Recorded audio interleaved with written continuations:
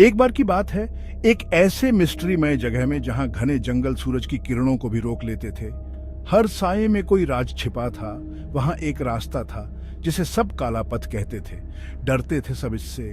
काला पथ, ये रास्ता घने कालेवन के जंगल से होकर जाता था। एक ऐसा जंगल जिसके बारे में कई कहानियां और अफवाहें थीं। कहते हैं यहाँ खतरनाक डाकू और चोर रहते थे, लेकिन सबसे ज्यादा डराफरेस्टी थी वो भूतिया कहानियां उन लोगों की जो इस रास्ते पर गए और कभी वापस नहीं आए। घने पेड़ों के बीच से जाते हुए लोगों को अक्सर लगता था कोई उनकी हर बात सुन रहा है।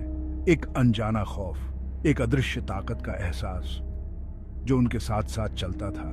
कुछ लोग कहते हैं उन्होंने यहां अजीब सी आवाजें सुनी हैं, जैसे कोई फुसफुसा रहा हो या फिर पैरों की आहट।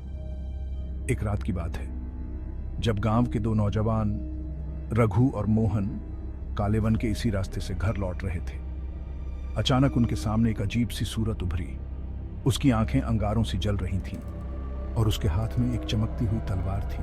खौफ से दोनों भागने लगे पर घने जंगल में भटक गए। कहते हैं उस रात के बाद रघु और मोहन का कोई पता नहीं चला। गांव वालों ने बहुत ढूंढा पर सिर्फ उनके टूटे चप्पल और कुछ बिखरी पत्तियां ही मिली। इस घटना के बाद कोई भी इस काले पथ पर जाने की हिम्मत नहीं करता था। फिर एक दिन एक बहादुर खोजी जिसका नाम था अर्जुन, उसने तय किया कि वो इस रहस्य को सुलझाएगा।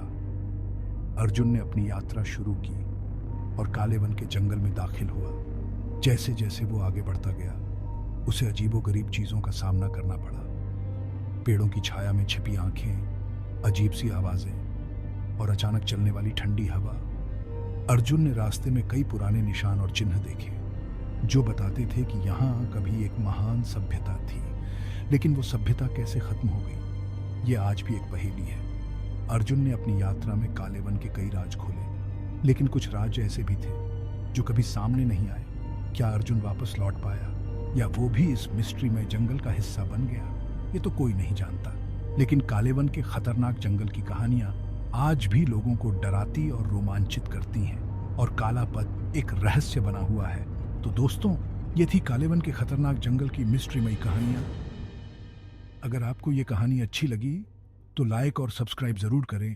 अगले वीडियो में फिर मिलेंगे एक नई और रोमांचक कहानी के साथ। तब तक के लिए अलविदा।